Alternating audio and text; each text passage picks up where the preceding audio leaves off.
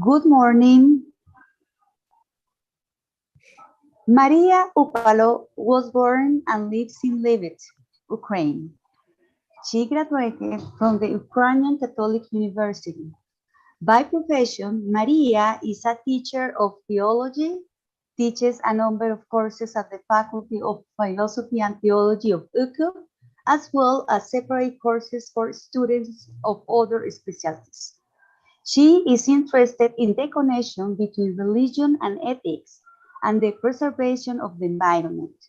Conduct research in the field of eco-theology, a field that is just emerging in Ukraine. The fascination with Martinenko became apparent in 2013. Since then, Maria has been creating artwork in this technique. At some point, inspired by another local artist, Maria invented her monumentalistic style of Martinenko. The artist is constantly looking for new forms of expression, techniques of cutting and preparing paper, new types of materials, experimenting with different ethics, historical and contemporary styles, as well as three-dimensional forms. Among the favorite themes for her work, Maria mentions the decorative and applied art of the people of the world, including the indigenous people of North America and the Ukrainian artist heritage, especially Easter egg motifs. She inscribes Easter and embroidered elements in many of her work, emphasizing the original symbolism in the composition of her work. Maria is also fascinated by the decorative styles of the beginning of the last century, Art Deco, Art Nouveau, Modern. Favorite artists include Alphonse Mucha, Gustav Klimt, Egon Schiele, exquisite floral motifs, unique wavy and geometric design inherent in this style.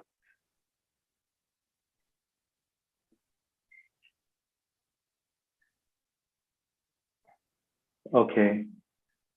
Inspired by the artist to create allegorical works, fight and love.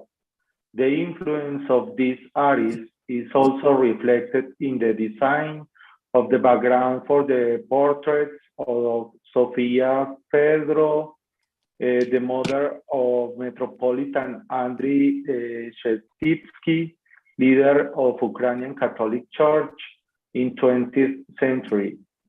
These works are in the collection of the Charity Art Project, prior to the Metropolitan Sofia. The paintings that can be seen in this exhibition are the result of the artist's latest experiment with the style and form of expression. These works are meditative, almost iconic, and reflect the artist's philosophical reflections on self-knowledge. Bienvenidos al conversatorio Participación Ciudadana, una mirada al actual panorama democrático colombiano, organizado por la Unidad Académica de Formación Humano-Cristiana de la Universidad Católica de Manizales.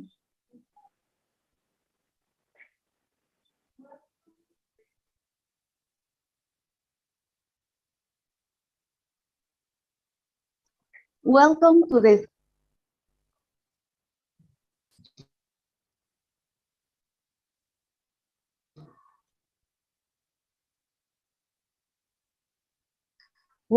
the discussion Citizen Participation.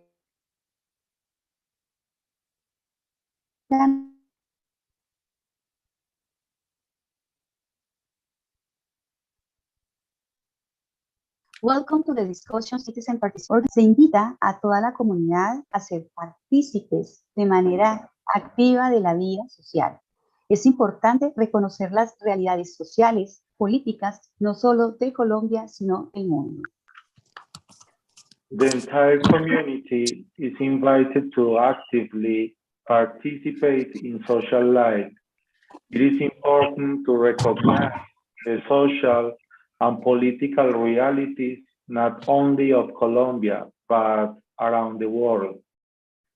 Hoy Ucrania está en el contexto global internacional. La Universidad Católica de Manizales se complace en escuchar a María Martinenko. Sus puntos de vista serán muy importantes para nosotros y para la promoción de la ciudadanía. Nosotros en la Universidad Católica de Manizales tenemos conexión directa con estudiantes y profesores ucranianos. Today, Ukraine is in a global international contest.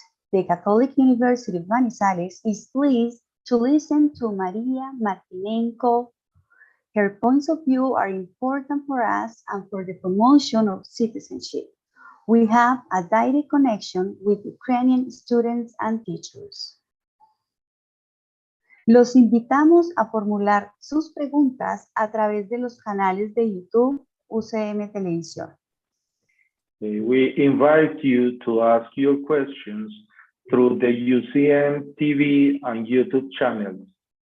Para nosotros es un honor presentarles a María Martinenko, profesora de la Universidad Católica de Ucrania, quien ha representado a Ucrania en la reunión alta de las Federaciones Folclóricas Internacionales, testimonio vivo de su país a través del arte, obras hechas con un tradicional y antiguo arte ucraniano de papel. It is an honor for us to introduce you to Maria Martinenko, professor at the Catholic University of Ukraine, who has represented Ukraine at the High Meeting of International Folk Federations, living testimony of his current true art works made with an accent Ukrainian art paper. Welcome, Maria. Now we are listening to you.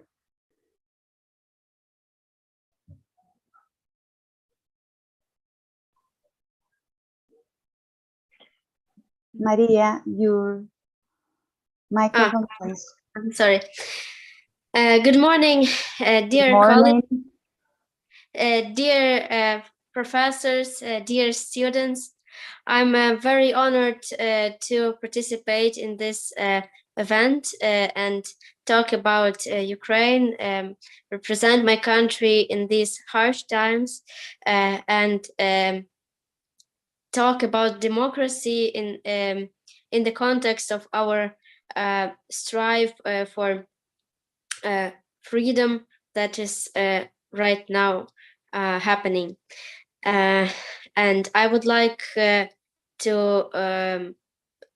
mention that right now, as we are speaking,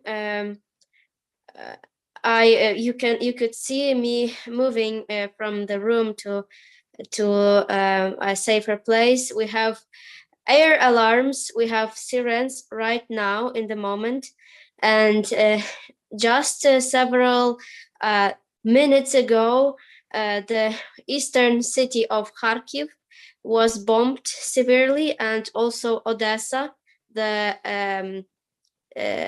city near the sea, was also bombed. So I am right now, it's very difficult time in our country.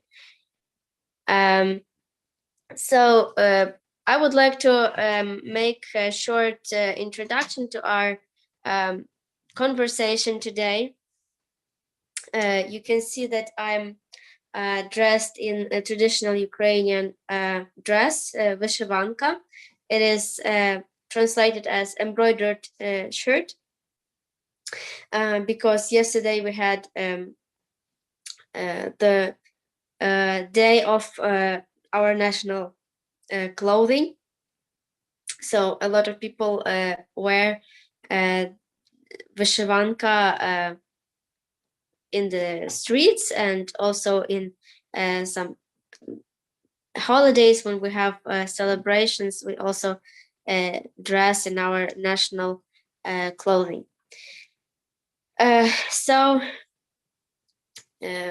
To start with some context of our war and why it started in the first place, it's very important to see a little bit back and to see the bigger picture, especially with Ukraine, because we can see that in the world, Ukraine is often seen through the lens of post-Soviet countries, of Russian messages. Right now, of course, it's changing, but several years ago, even more before 2014, when actually the war in the east of Ukraine started, so Ukraine was not considered a subject of international politics. And also, we ourselves sometimes diminish what we can do. We diminish our dignity because we have this post-colonial syndrome. Soviet Union was kind of empire, although it was declared that it was not, but in fact, there was no freedom, and a lot of historical traumas that we lived through and we try to get over now are dating back to that period. And sometimes we did not remember about our how strong Ukraine is actually in a lot of technological aspects, in economic aspects, in aspects of agriculture. We can see right now that the war in Ukraine revealed that many countries, especially the global South, are depending very much on food production from Ukraine. So it's important also to remember for ourselves that we have a lot of power. Ukraine became independent when the Soviet Union collapsed, and it was a long period of understanding the way that Ukraine should follow. And we had this so-called cord that tied us to the former Soviet Union, to Russia and other countries. And in Ukraine, there was a discussion about whether should we be part of the European Union, should we follow the European perspective, the European path, or should we be still in this connection with post-communist countries.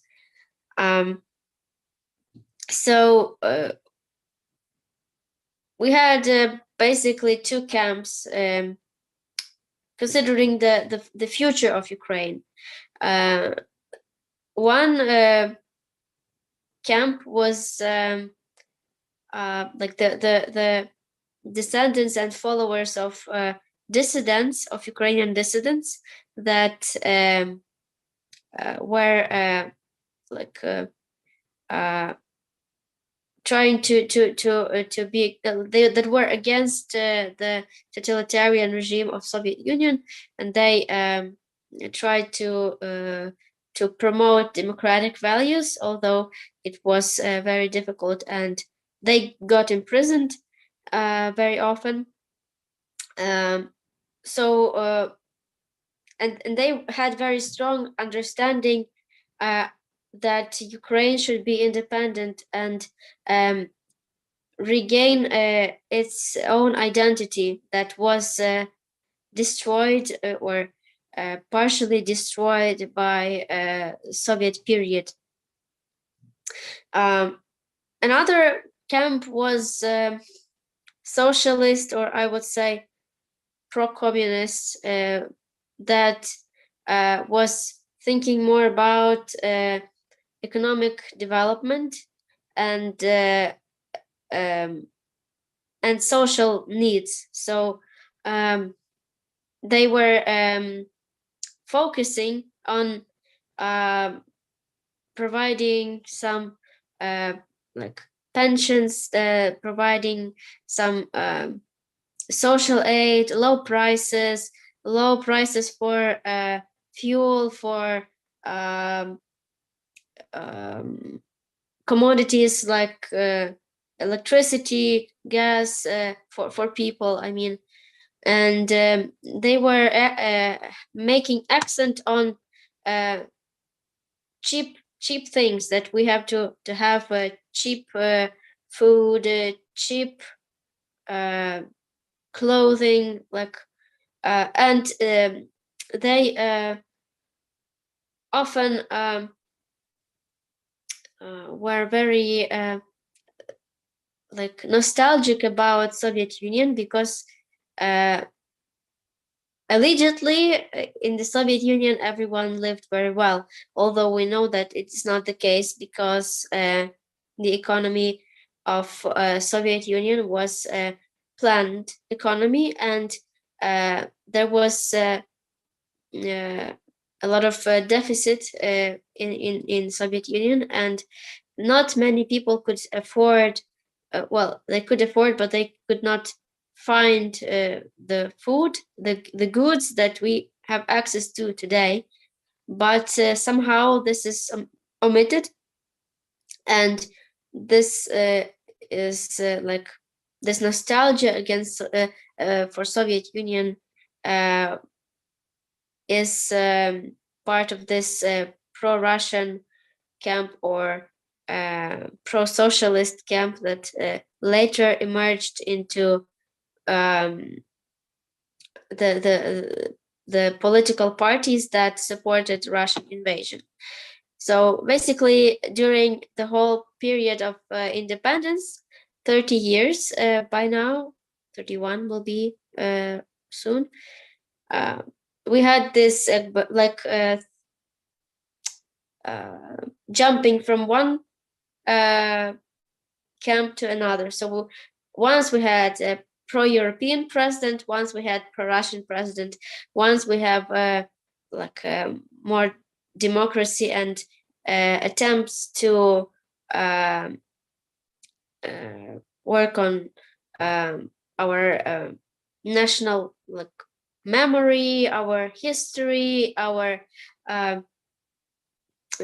culture, to save Ukrainian culture, to promote the free market. And then we have like a swing to more planned economy and more pro-Russian messages and against Europe. And basically this was the period of development of Ukraine that we can see basically the effects right now. And also we have a difficult relationships between East and West. Well, at least it was probably artificially, it's kind of artificial, but also has some roots in history. So if you remember, in 2014, we lost Crimea and Donbass, the most eastern part of Ukraine that was occupied by Russia, and it was a so-called hybrid war. Why hybrid? Because on one hand, it was obvious that Russian troops were in the region of Donbass. It's absolutely true, and it can be proved. Although Russians do not accept this, they say that we were not there. But at the same time, they tried to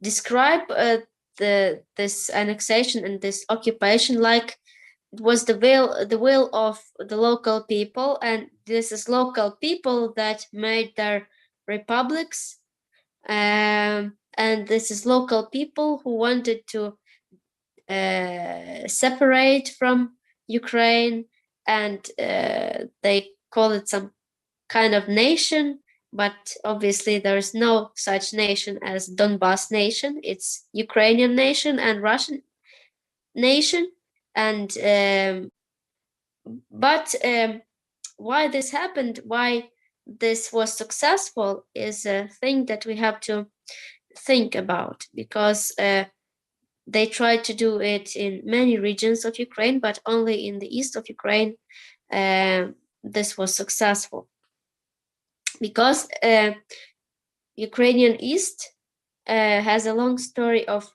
Russification, we call it, and colonization.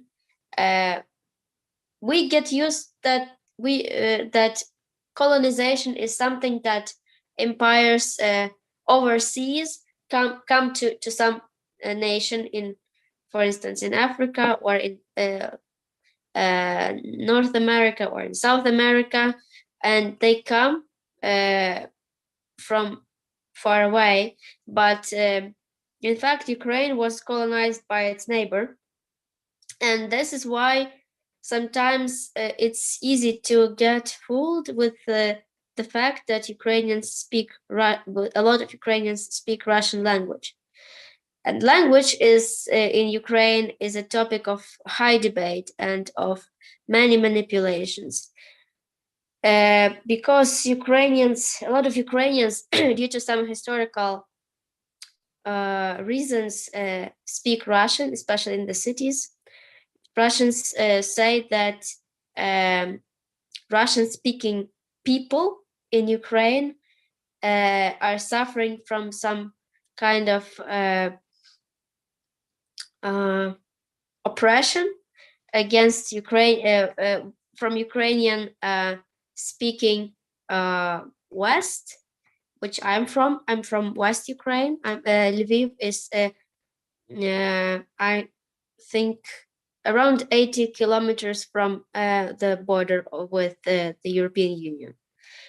So we are one of the most Western cities in Ukraine. So this debate was depicted as if we, Western people, Western Ukrainians, force Eastern Ukrainians to speak Ukrainian because we support Ukrainian language. But Ukrainian language was oppressed by many centuries. For many centuries, we did not have an opportunity to write books in Ukrainian, to have high culture and scientific research in Ukrainian. It was only in Russian because Ukrainian was banned. I wanted to say that language is a very big instrument. It's, in fact, it's arms. It's like an ammunition. It's like it's a very strong instrument to either to go against another nation, another sovereign nation, or to protect yourself. So it's important to keep the local languages, indigenous languages, alive as much as possible. Luckily, Ukrainian language survived, although it was very heavily oppressed, but we still have to show that we still have to cherish it. We still have to promote it, to popularize it among our compatriots, because not everyone understands that language is an instrument, is a very powerful instrument, and it's our identity. So as I said, Ukraine had such a swing between democratic and autocratic presidents and governments. So we had two revolutions.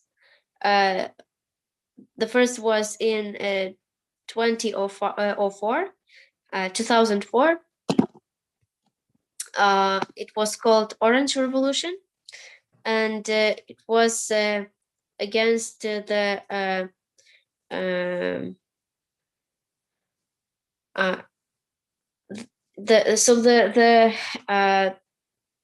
elections of president were falsified, and Ukrainians were against it. So they arose and they required the legally elected president to be in rule, and they succeeded. And the next revolution was in 2013, 2014. It was called the Revolution of Dignity, and this is the time when the whole world heard about Ukraine for the first time, because our president, which was at the time more autocratic one, Viktor Yanukovych, he didn't want to sign the how do you call it? Ukrainians wanted to be in the European Union, but the president didn't want to sign the agreement about the association. It was not just it was not yet about the participation in the European Union, but just association. So it's but still the president wanted to be Ukraine to be part of Russia, to be part of Russian world, so to say. And the revolution, the rally started from students of different universities, of the top universities of Ukraine, and then people of all ages joined to protect the because the police started beating people, and people could not stand this anymore, and they wanted to overthrow the president and elect a new president who will be democratic. And we had a very bloody situation, very big bloodshed in February 2014. So more than 100 people, 100 of peaceful protesters were killed by snipers. There were Russian snipers, and there were Ukrainian snipers from the police who killed people, just shot people. And this situation was my family is very closely connected with this story, because my husband was at that time in the rallies, and he was very lucky to not get shot, but he could be easily shot there. And some of and one lecturer of our university was killed in that shooting. And since then, this was a breakdown. There was no return, and Ukrainian society demanded democratic change to democracy, and the president fled to Russia, and we started from anew. But Russia realized that Ukraine is starting to going away from their influence and going to the Ukrainians, to the European sphere of influence, so-called, and they started the war. They started from annexation of Crimea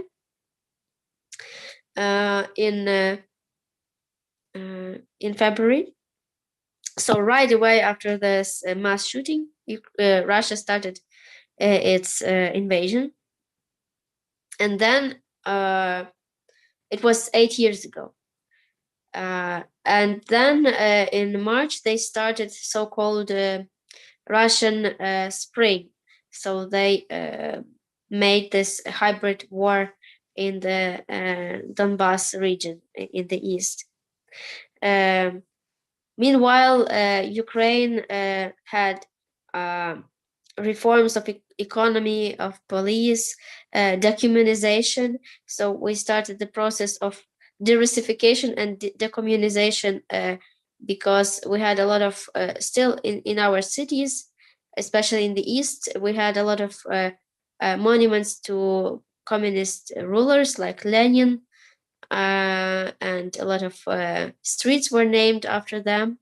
So we started this decommunization, and we had so-called Leninopad, so the Lenin's falling down, the massive falling down of many monuments of Lenin all over the country, and also decentralization, digitalization, and many reforms that helped us to democratize and make the truly free market in our country.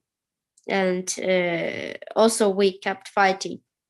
And right now we can see that the war escalated. So it was not in February 24.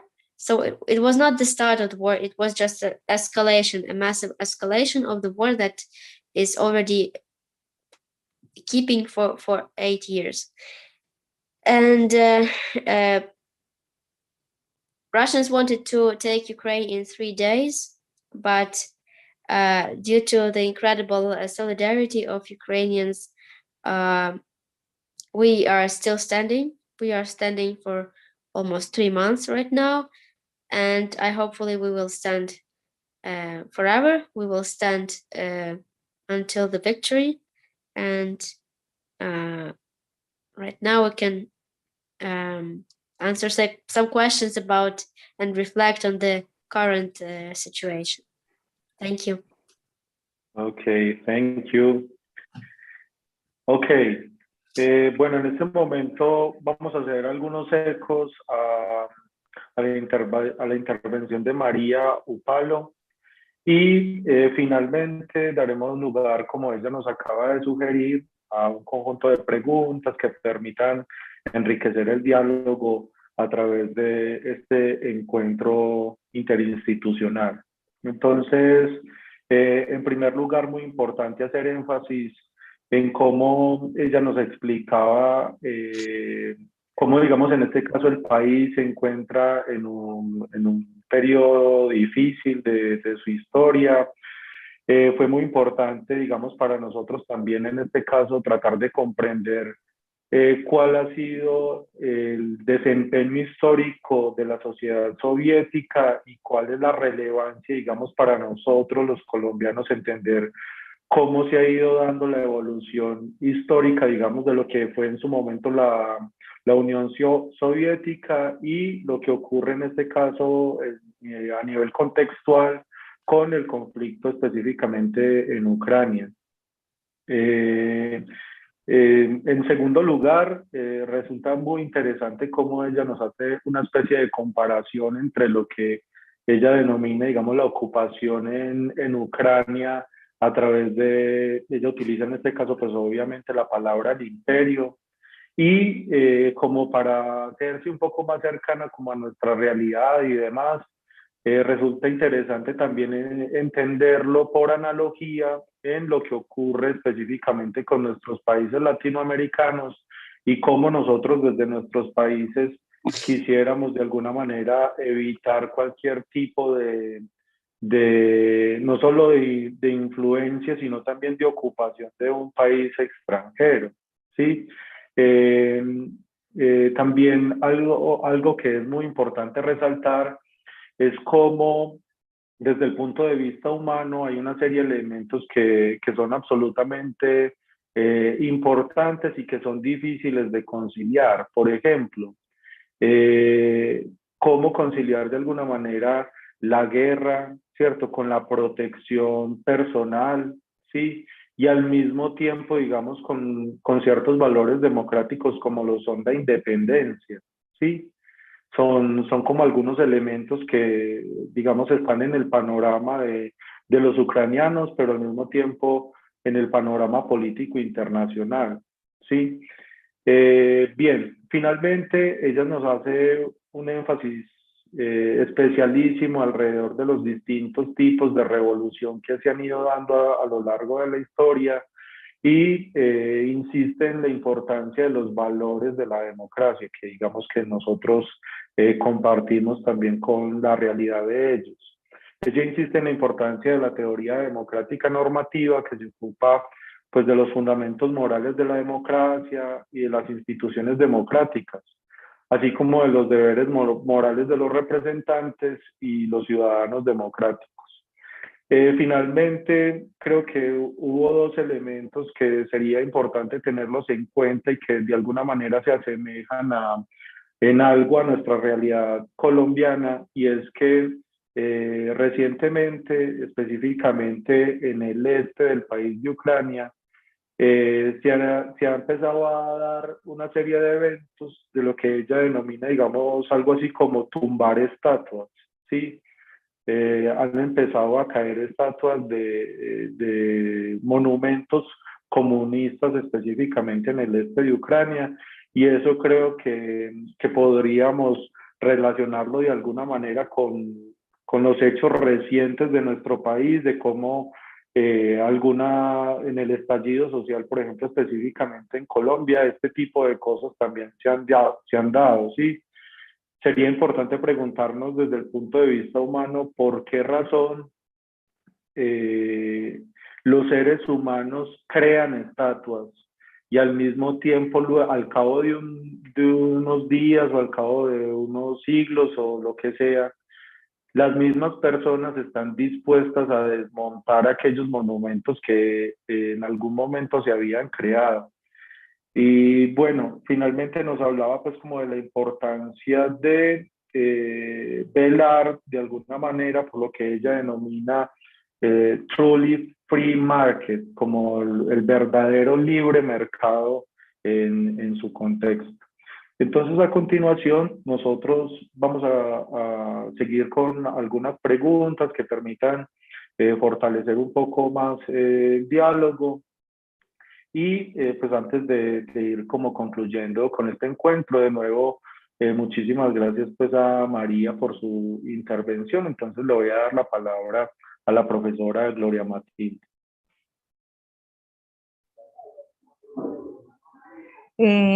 Thank you, Fabian, and thank you, Maria, for explaining us all the situation that you are living there in your country. We have some questions for you, and at the end, we're gonna see if our students they have questions for you too. Okay.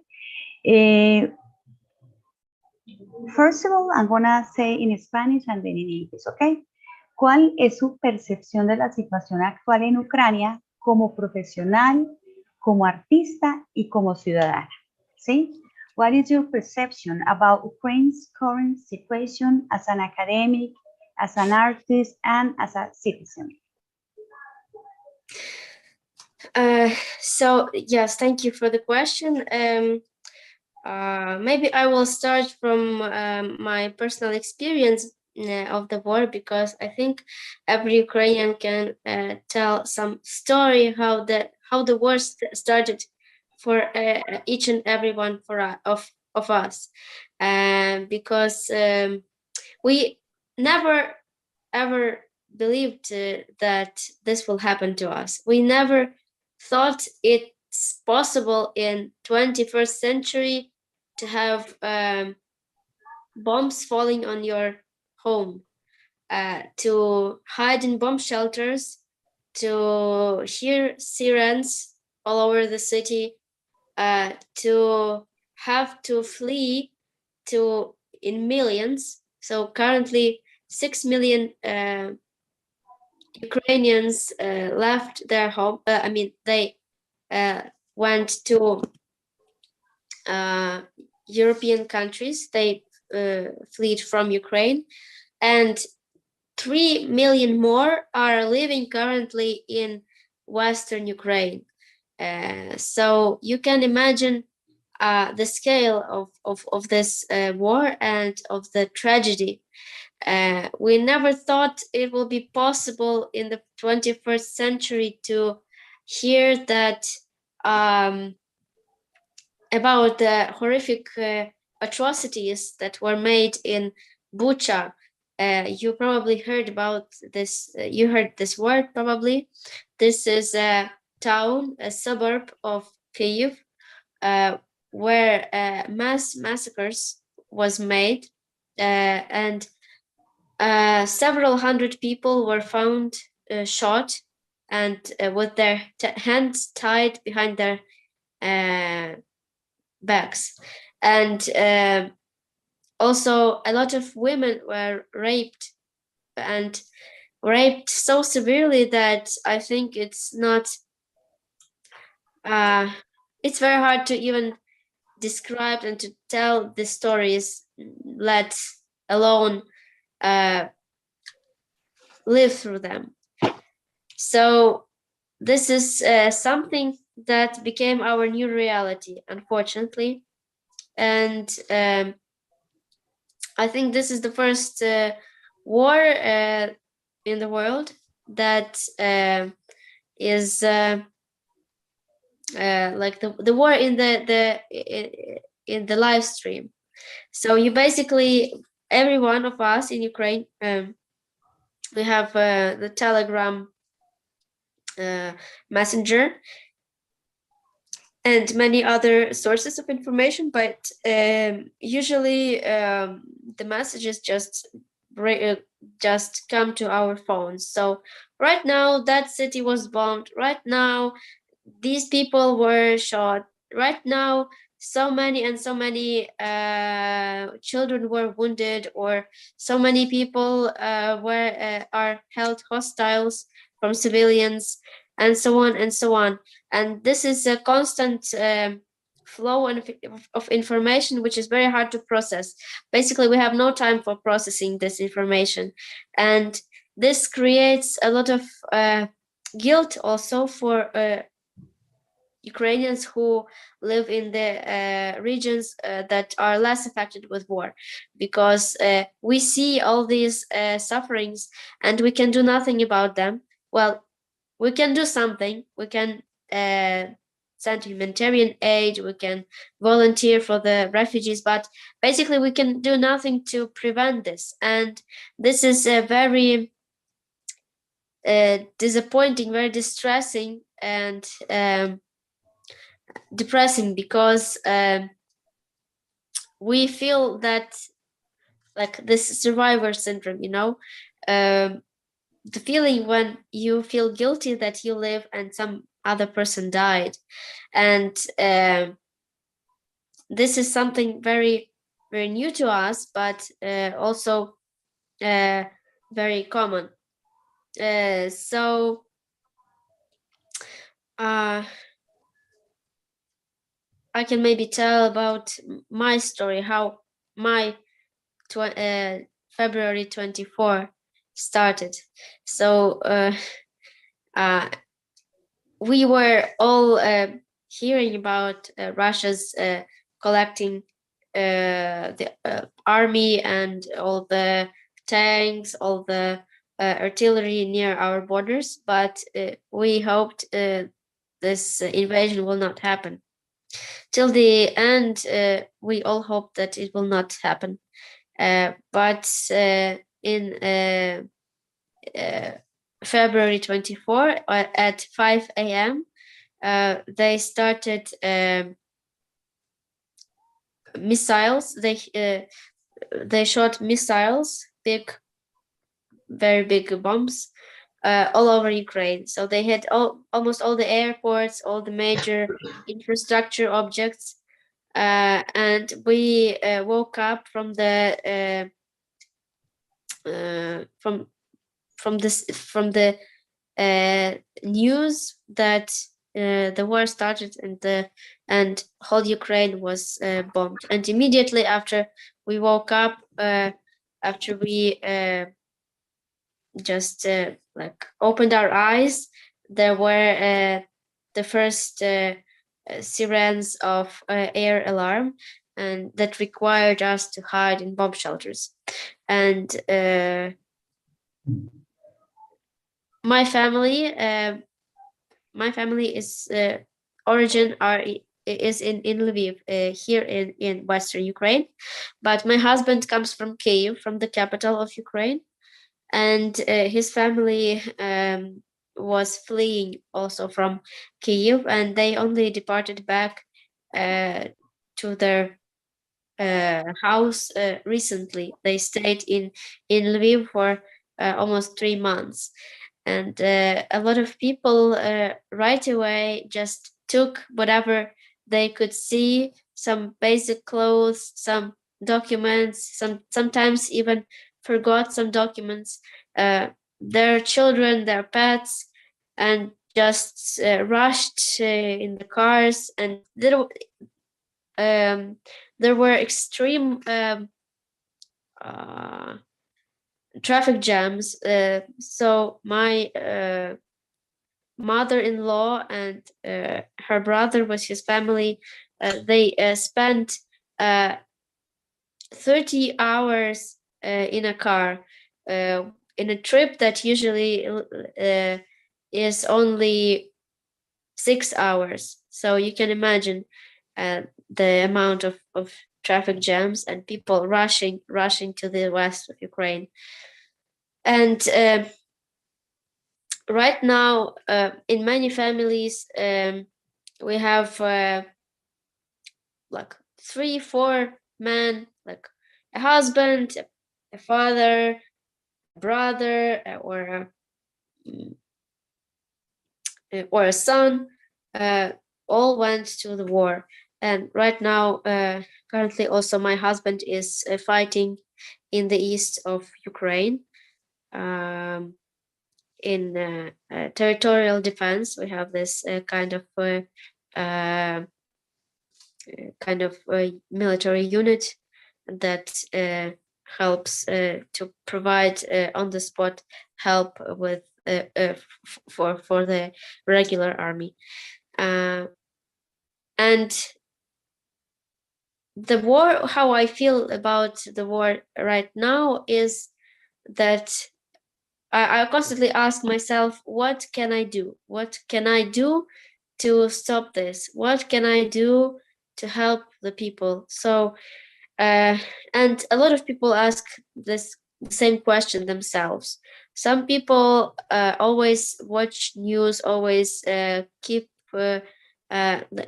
like trying to not miss out on the news about the missile strikes or about some battles.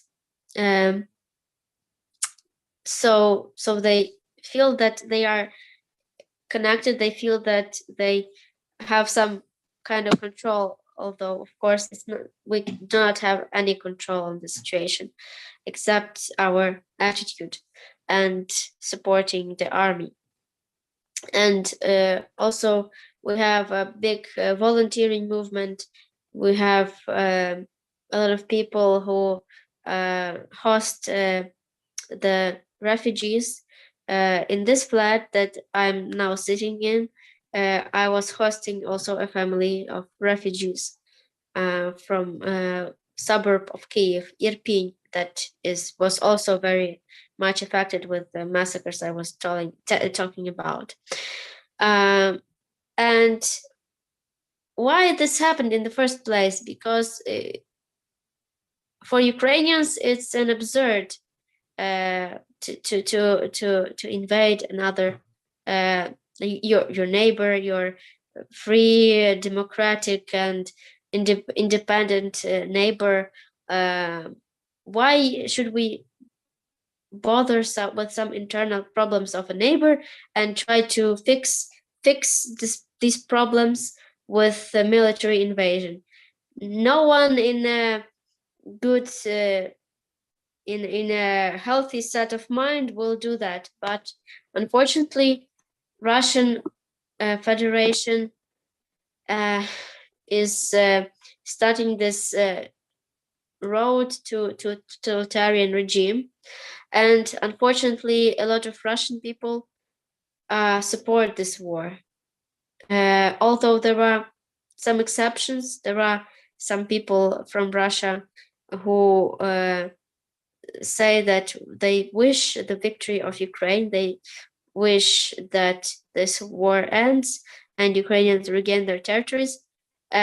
Most Russians, unfortunately, either openly support Putin and his politics, or are just passively like saying, we are not part of this, we don't have to be in politics, we are just like typical people, we are artists, and we the culture is apart from politics, and so on and so forth.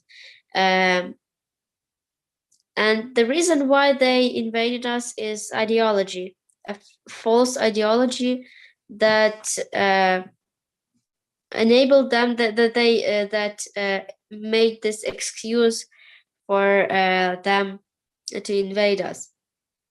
And this is the ideology of Russian world, and the ideology of the great victory in World War II.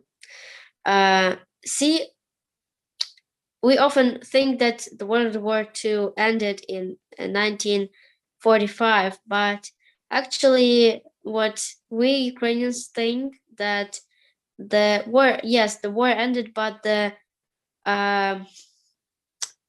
narratives of the war, the consequences of the war are felt still today, because yes, the free world defeated Nazi regime. They defeated the awful ideology of Nazism. But unfortunately, the communism ideology was not suppressed, because at that time Soviet Union was an ally of Western countries, and unfortunately the horrors of communism and what communist regime did on our land before the war, before the victory, yes, the way they created famine in 1933, the Holodomor, the genocide with famine. Russian, the Red Army took bread and everything that could be eaten from Ukrainian peasants, and to make us very like to stop our wish for freedom. And because of that, we Ukrainians don't think that the victory of Soviet Union against Nazism was the victory of freedom, because the communist regime was a big jail of nations. It was during a long time oppressing many nations, and only now we can see the true face of this communist monster that was not killed, and now it rose again, and it started taking its toll again on us. And we Ukrainians think that this war is a third world war, but it is because we are so strong, and because we don't let Russians to go further to Europe, it's still our war. But if we lost this war, I assure you, Russian army would go further to Latvia, Lithuania, Estonia, Finland, Poland, and any other country that they could possibly access. They would go further. And right now the world starts to understand that, but that we Ukrainians fight for the dignity and democracy and freedom of all Europe, and we are giving our lives for the whole Europe and the whole world to be free from this ghost of communism. It was a long answer. Okay, I will explain a little bit to our students, okay, and the people for the audience. Bueno, María nos está contando que esta es una situación muy difícil de describir. Cuando se está en estos momentos de guerra, pues nadie se los imagina, especialmente en el siglo XXI, ¿sí? Ella inclusive menciona que toda su familia también ha estado involucrada en esta situación de movimiento de ciudades. También nos dice que son muchas las noticias que aparecen en Telegram, digamos vía celular, ¿cierto? Mensajes en celular en donde va contando cómo aparecen personas muertas, masacradas, cómo hay personas también que están hostigadas y algunas secuestradas, ¿sí? También nos está contando cómo el febrero 24 a las 5 de la mañana sonaron las sirenas y pues todos tenían que correr a los refugios porque los misiles llegaron bombardeando casi todo el territorio ucraniano, especialmente los hospitales, los aeropuertos y algunas instituciones importantes para cada ciudad. Nos cuenta también que sufren de manera directa, el esposo de María está también allá haciendo frente, está en el territorio de defensa, ¿cierto? Según nos estaba contando ella, y dice que no hay un control sobre esta situación.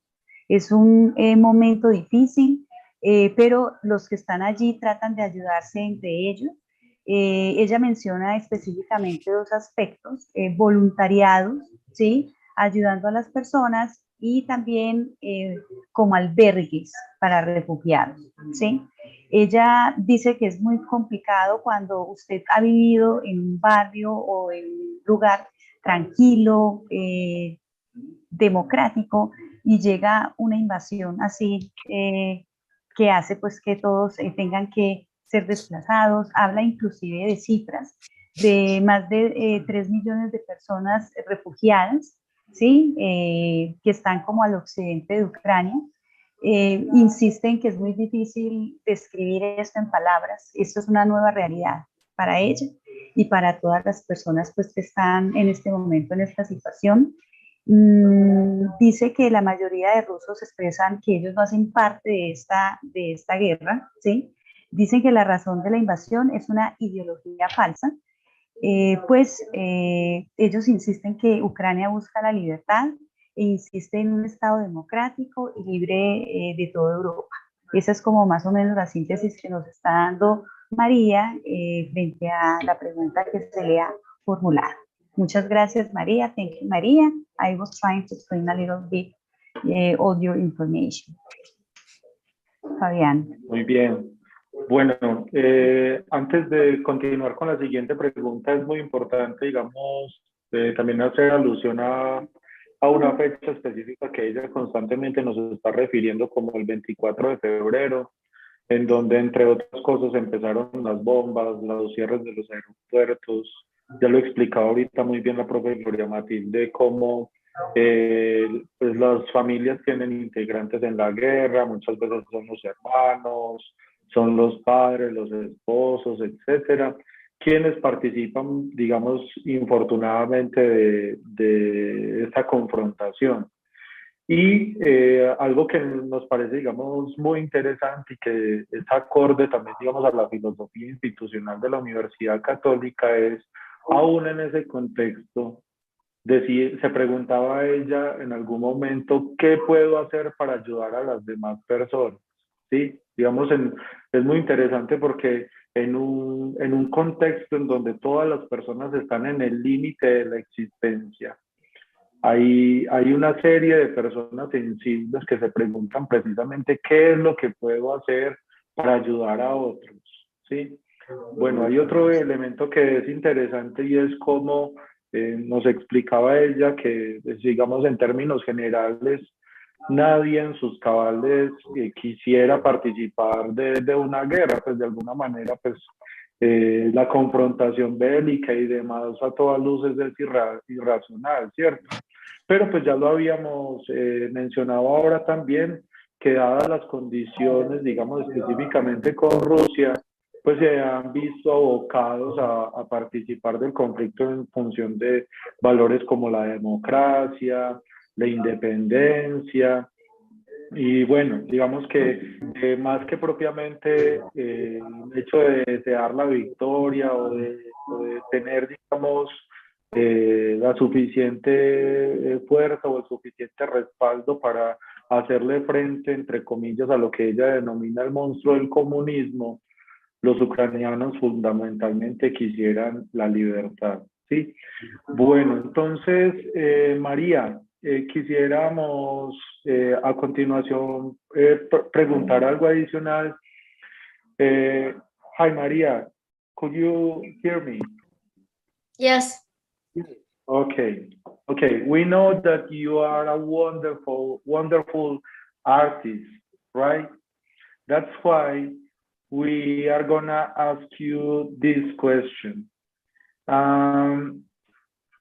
Is there any relation between the art and war in your context? We wonder if you could share some images or pictures, or could you explain us some things related to those topics, right?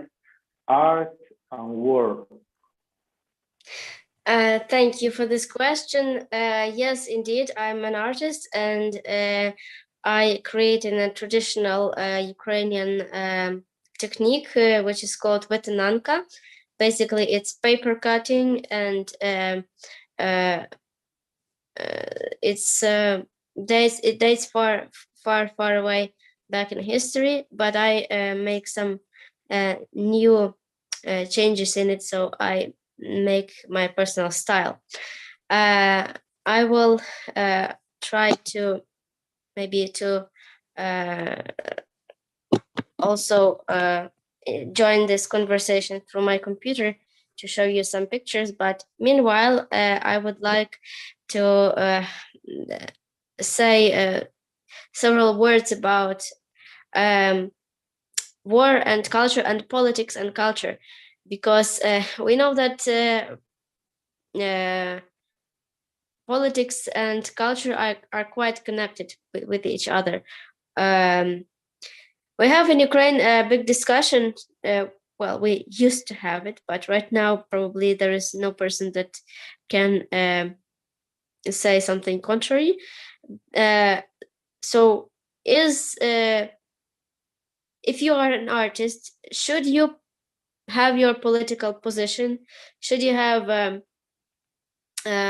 political view and some political stance about some events? For Ukraine,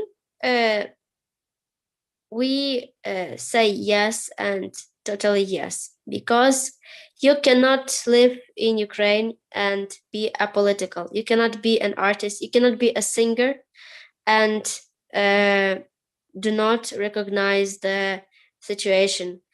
We have a lot of singers that from the beginning of war went to Russia, and they made concerts in Russia. And we have this ostracism, ostracize those artists and those singers and performers who decided to do business in Russia after the beginning of war 8 years ago. So basically, we banned a lot of Russian singers and a lot of Ukrainian singers that became pro-Russian to Ukraine, and especially who visited Crimea with the concerts after the 2014, because this was a sign that that person can convey messages, because culture is a powerful instrument. You can convey messages of love, of peace, of reconciliation, and support by art. But on the other hand, you can also convey messages of propaganda and art is a very powerful instrument. So for us, it's really important to have a political stance. And I think that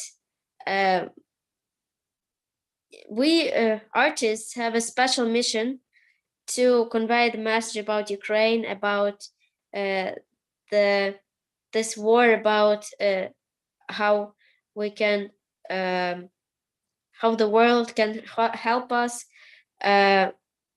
This is the art is a way of depicting this war, reflecting on the consequences. A lot of artists right now, they do small sketches. They just, there was a news about bombing something, or about some very touching story about some soldier or some medical worker. It's immediately reflected in the sketches, or in pictures, in paintings, in poetry, and so on and so forth. So we artists, we feel the situation and we try to depict it in any way possible, to keep this emotion, to convey this emotion to other people, and also to reflect on our feelings, because this is a very traumatic, and for us it's a kind of therapy, and it's a therapy also for a lot of people who see this art. It's a kind of psychotherapy without a therapist, right? And we also have a mission internationally to show through our art what Ukrainians feel right now, and to convey also the messages, how we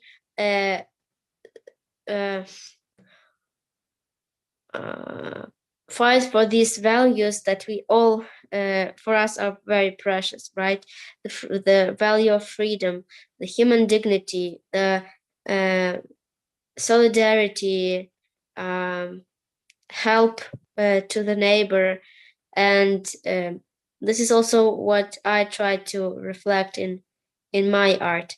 And you could see that this year, I don't know if Colombian people like to watch Eurovision, if it's broadcasted in Colombia.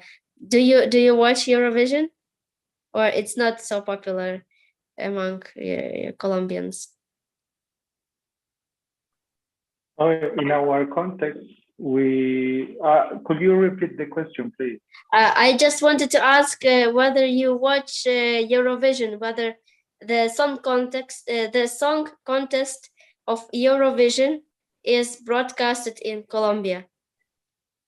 No, sometimes it is not possible, right? But anyway, if you could share us different images throughout our teacher, for example, Diana Sanchez, it could be absolutely interesting to know more things and details related to your context, right? I just wanted to say that this year our the singer from Ukraine won the song contest in Eurovision in Italy. It was held, and he said to the whole world to save the Ukrainian city of Mariupol, which is now heavily bombed and besieged, and also to save the defenders of Azovstal. It's industrial plant, industrial site where the last soldiers of the city, they still fight against Russians, but they are in great danger. So we could see how this message about Ukraine was spread all around the world. And right now, meanwhile you are translating, I will log in with my computer and I will show you some pictures. Okay? Okay. Bueno, entonces finalmente ella nos estaba diciendo que si es posible, mientras estamos haciendo una especie como de ecos alrededor de lo que ella nos estaba explicando, ella quiere loguearse o ingresar nuevamente a través de esta vez de su computador para poder compartir con nosotros algunas imágenes, algunas pinturas a propósito de la pregunta de la relación entre el arte y la guerra, ¿sí? Esa era pues finalmente la pregunta que le queríamos transmitir a María. Y mientras tanto quisiera como mencionar algunos hechos interesantes que ella nos refería allí. En primer lugar, nos explicaba cómo ella, pues tendremos oportunidad de verlo a continuación, tal vez, cómo ella ha tomado de alguna manera una técnica tradicional ucraniana y le ha hecho algunas ligeras y nuevas modificaciones, y digamos que eso ha sido absolutamente influyente en su estilo artístico. Bueno, además ella nos explica que algunas cuestiones políticas y algunos eventos influyen en la manera en que los artistas conciben la realidad, ¿sí? Entonces, bueno, ella además insistía en que existe una completa relación entre el arte y el contexto. Digamos, de manera teórica, ella nos decía que no es posible pensar en alguna forma de arte desligada del contexto.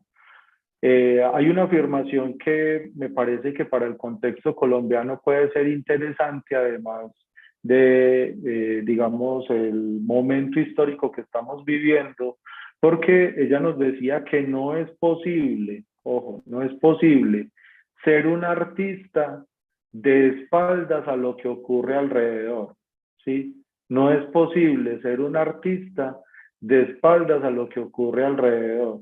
Digamos que un auténtico artista es siempre sensible a las necesidades de las personas más vulnerables, a aquellos que son más necesitados, a los hechos políticos también, ¿cierto? Esto es absolutamente importante.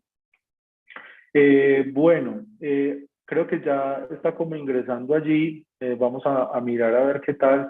Mientras tanto, también nos estaba refiriendo como a algunos casos específicos en donde algunas expresiones artísticas permitían de alguna manera participar como en algunos eventos, en algunos negocios, incluso antes del comienzo de la guerra, y que, digamos, luego de este hecho del 24 de febrero, los artistas con frecuencia empiezan a insistir en algunos mensajes de amor, de paz, de reconstrucción. Bien. Fabián. A través del arte. Sí.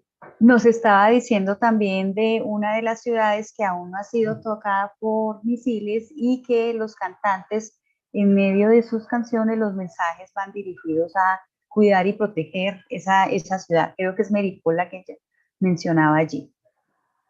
Ajá. Bien, entonces, digamos, en síntesis, a través del arte, pues es una forma privilegiada para expresar incluso denuncias de hechos sociales, políticos. Digamos que el arte no sirve no solamente en este caso para comunicar emociones, sentimientos, digamos, una experiencia interna y personal, sino que al mismo tiempo sirve para hacer denuncias de hechos sociales y políticos. Nos decía también que es el camino para reflexionar sobre las consecuencias de la guerra. La pintura, la escultura, la poesía nos sirve para expresar las emociones y los sentimientos que tenemos de nuestra realidad a las demás personas. Y finalmente nos decía que el arte también es una forma de terapia y que sirve para expresar también los valores de libertad, dignidad humana y solidaridad. ¿Listo? Entonces, I wonder if you could share us those pictures, right? Because we would like to see them, right? Yes, of course. But I would like maybe that the moderator will let me share the screen. Okay. But maybe the not the account from which I'm video, but with another like. Okay, let me check if it is possible, right? Bueno, no sé si desde comunicaciones nos podrían ayudar como para que ella pueda compartir unas imágenes que se le permita, en este caso, compartir lo que ella quisiera a continuación. Entonces, sí, tal vez la podemos hacer con anfitrión o algo así.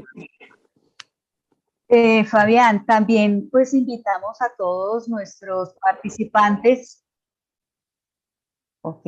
Y también solicitamos a todos nuestros asistentes que nos escriban preguntas, nos pueden escribir por el chat o alguien pues nos podría, no sé, de pronto formular alguna pregunta. You can see this right now, Maria. Right now, could you try again, please? No, it writes that host disabled participant screen sharing. Okay. Tal vez es porque ella ha ingresado 2 veces, entonces tal vez si desde comunicaciones nos permiten compartir las imágenes.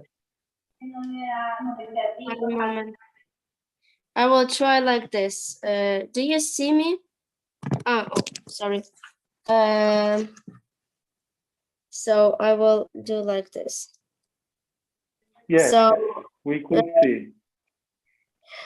Okay. Now we can see. So you can see behind me this is a series of paper cuts, the series of pictures that are made in the traditional paper cutting technique.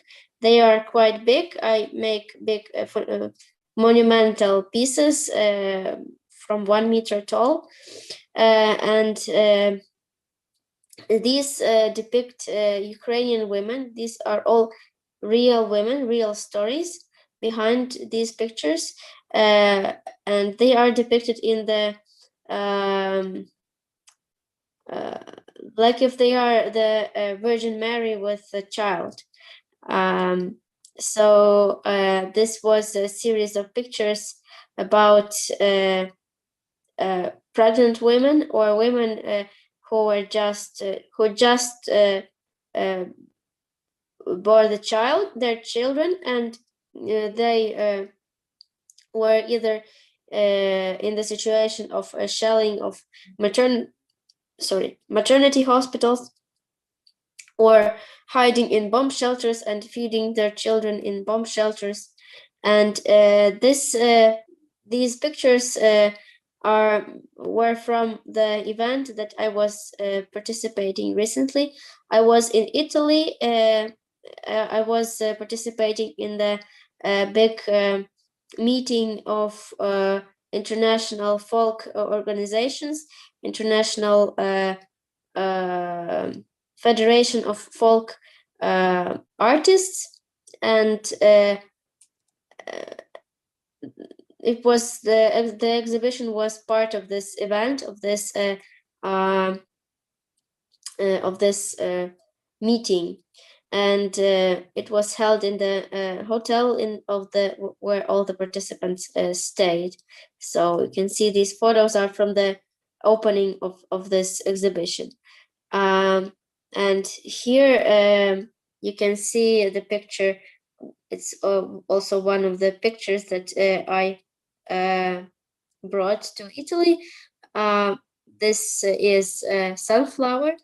The sunflower is a symbol of Ukraine, because Ukraine is one of the biggest producer of sunflower oil, but also sunflower has become the symbol of the Ukrainian tragedy during the war. Like the poppy flower, the red flower was the symbol of World War II.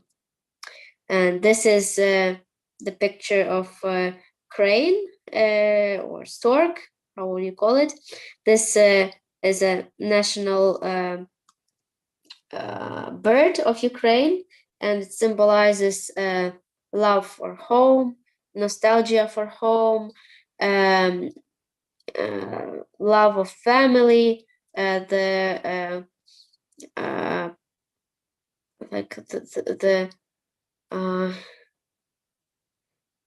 community, the will to come back home. And it was a symbol when these cranes came back to in the spring. They came back to some village in Kiev region that was destroyed completely with Russian bombs, and these birds settled there, and they built a nest in these ruins, and it became the symbol of the future revival of Ukraine and rebuilding that will take place after the war ends. And you can see these beautiful ornaments, these beautiful patterns. These are ancient patterns from Trepilla culture. The Trepilla culture, it existed several thousand years ago, and it was one of the first civilizations ever to exist. And they left behind themselves the wonderful pottery and ceramics with these kind of swirls and lines that still inspire artists today. So you can see again this beautiful sunflower, and This is Ukrainian warrior. It's like an angel, but in Ukrainian traditional attire, traditional dress.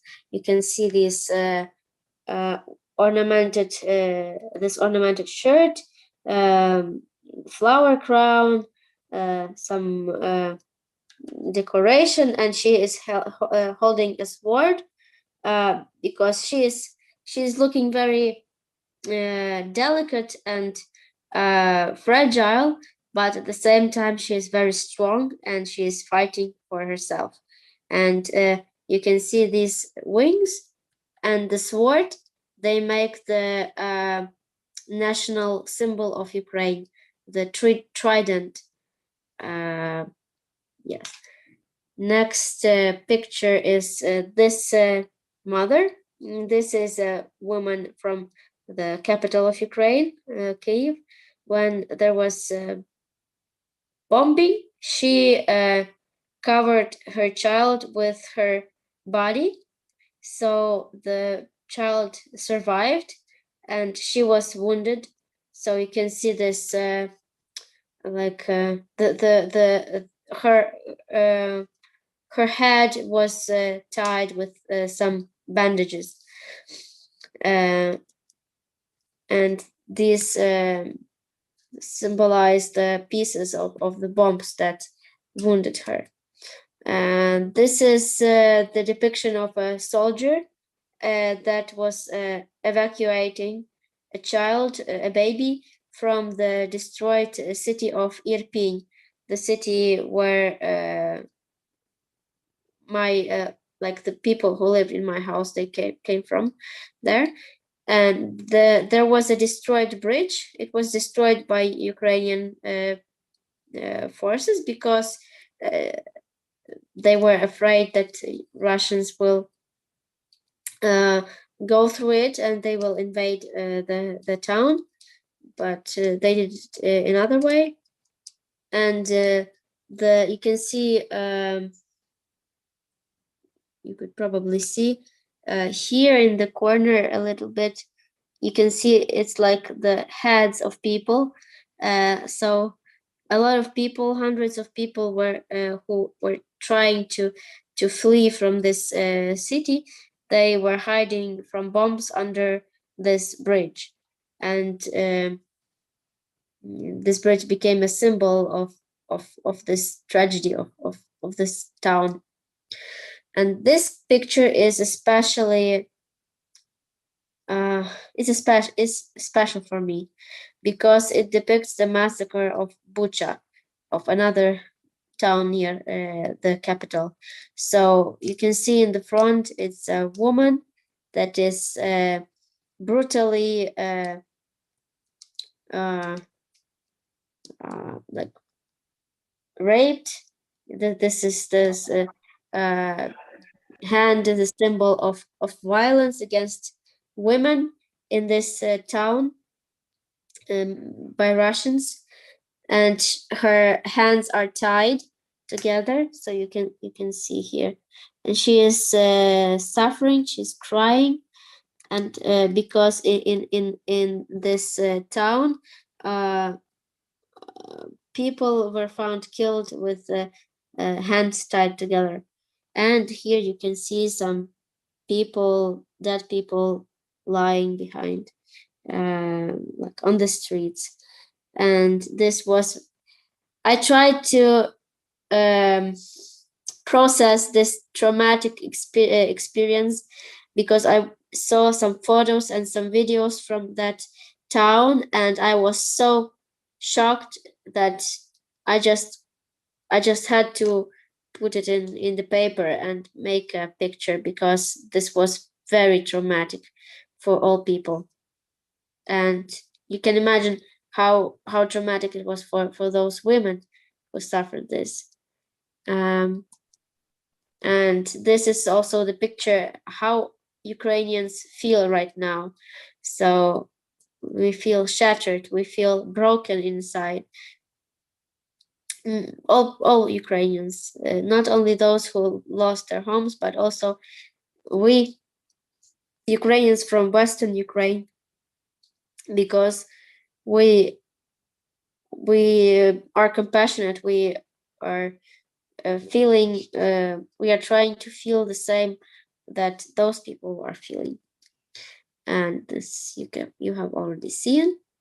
And I maybe take a closer look on this on these pictures.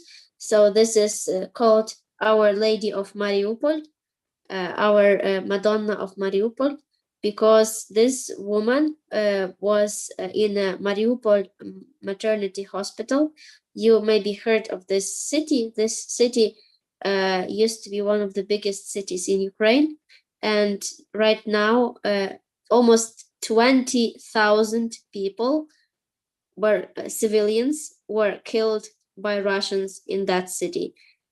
Almost more than 20,000 people were killed. Can you imagine that? And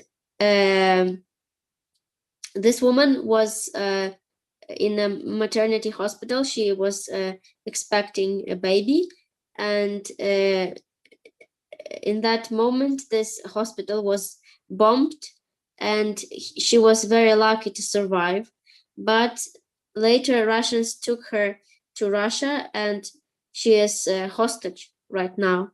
She was forced to make a video about herself where she was saying that Russians are okay, it's Ukrainians who bombed, but you could see that she was really forced to do this because they threatened her, and it's just horrible. And this mother, she was breastfeeding her child in Kyiv metro station, because metro in Kyiv and some other cities became a big bomb shelter for thousands of people. They lived there for weeks and weeks, just in metro, in the trains, on stations, on everywhere. And she was feeding her child in a metro station, at a metro station. And later, this picture, another artist made a similar picture of this woman, and this picture is right now in Napoli, in Italy. It's in a church, like an icon. You can see it's closer. So it's literally drawn from a photo of this woman. Yeah, and this is it by now. Hope you liked it. Okay. Yeah, we really like it, Maria. We would like to say that thank you, because it was absolutely clear the relation between art and war. And we really like the way as you explain the context throughout images, pictures, and the way as you understand the art, right? And your technique, your specific technique also.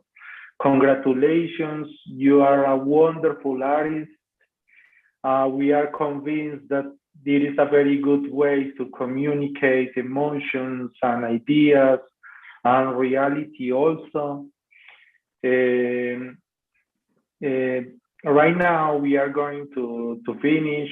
We also would like to say that thank you to all students here at the university.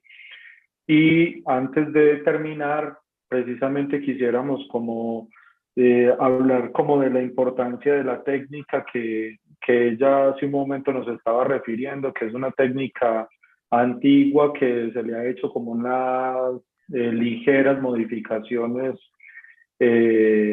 a través del papel y que sirve para comunicar fundamentalmente historias reales. Ella recientemente estuvo en Italia participando en un encuentro internacional con una federación artística allí, Y pues entre otras cosas nos compartía, digamos, la flor que es el símbolo de Ucrania.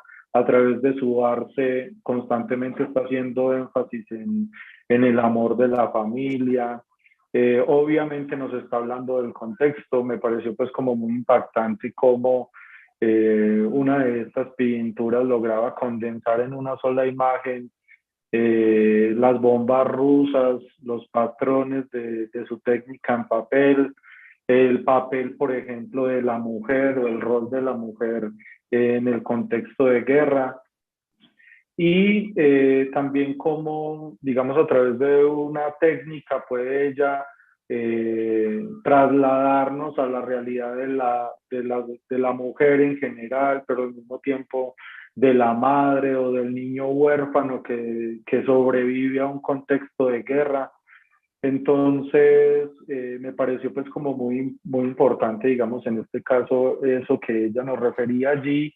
Y también quisiera pues como hacer un comentario corto alrededor de lo que la pieza que ella definía como la más especial, y es aquella mujer que de alguna manera fue brutalmente agredida y que en la imagen, digamos, podíamos ver cómo sufría y lloraba pues a causa de estas agresiones. Y también en la misma imagen pues podíamos ver personas alrededor que representaban quienes también participan de este contexto y que se encuentran en la calle. La profesora Gloria Matilde también tiene una sensibilidad artística especial, entonces sé que podrá compartir algunas cosas. Digamos algo importante que María nos cuenta, esta es una técnica que se llama Nanka, y es una técnica que es cortar el papel y al unirlo puede formar formas tridimensionales y muestra todo lo que tiene que ver con la historia, con arte contemporáneo, ¿cierto? Pero algo importante que ella nos resalta aquí es cómo muestra a la mujer. ¿Cierto? A través de la historia, ella inclusive hizo un recorrido porque ella nos habló, por ejemplo, de Madonna, ¿cierto? Una pieza que nos muestra allí de una mujer que sobrevive en Mariupol, ¿cierto? Y nos habla del hospital, que era un hospital de maternidad en donde más de 20.000 personas murieron, ¿cierto? 20,000, you said that part. Entonces ella nos muestra cómo, digamos, la mujer a través de la historia ha tenido situaciones de dolor, de angustia, pero cómo desde esa fuerza y ese coraje representa a la familia. Y es muy reiterativo, digamos, la imagen de la mujer con su hijo, ¿cierto? Ella nos muestra muchas imágenes donde la mujer o tiene su hijo, lo está alimentando, lo está sosteniendo o simplemente lo muestra desde el vientre. Entonces, representa la fortaleza, representa la fuerza. También nos muestra un ángel ucraniano, en donde nos dice que ese vestido es el vestido tradicional ucraniano, y también, pues, como digamos, la espada que tiene allí representa como esa parte de fuerza, de defensa que tienen los ucranianos. Entonces, me parece, pues, que el arte que ella nos presenta allí la ha llevado a ferias, y de hecho nos habló, estas fotos fueron tomadas en una feria de folclore, ¿cierto? En Italia, en donde esa era como la apertura que ella tenía allí. Ella dijo que habló del Grand Opening, esa es una feria internacional, y allí pues se exhiben estas situaciones de país, y como ella lo expresó, todo artista tiene que ser muy sensible y mostrar la realidad que viven al interior de sus contextos. Entonces, felicitaciones. Creo que un arte maravilloso que algún día sería interesante también introducir en nuestro país. Thank you, Maria. I was explaining some aspects about your presentation. Thank you. Fabián, creo que vamos entonces haciendo el cierre. ¿Sí? Okay. A citizen is a member of a political community who enjoys their rights and assumes the duties of membership. This issue is less central today as we tend to take for granted that a liberal democratic regime is the appropriate starting point for our reflections. This does not mean, however, that the concept has become uncontroversial. Okay, again, Maria, thank you so much, and see you in other opportunities as soon as possible. And again, thank you, and thank you, right? Thank you very much for inviting me and letting me talk about and share my thoughts. I hope that they were useful and informative about the current situation in Ukraine, and I wish you always have a peace. I know that in Colombia you had a long civil war, and I hope right now it's over, and I wish you have a good peace and justice forever. Yeah, thank you. Okay, thank you, teacher.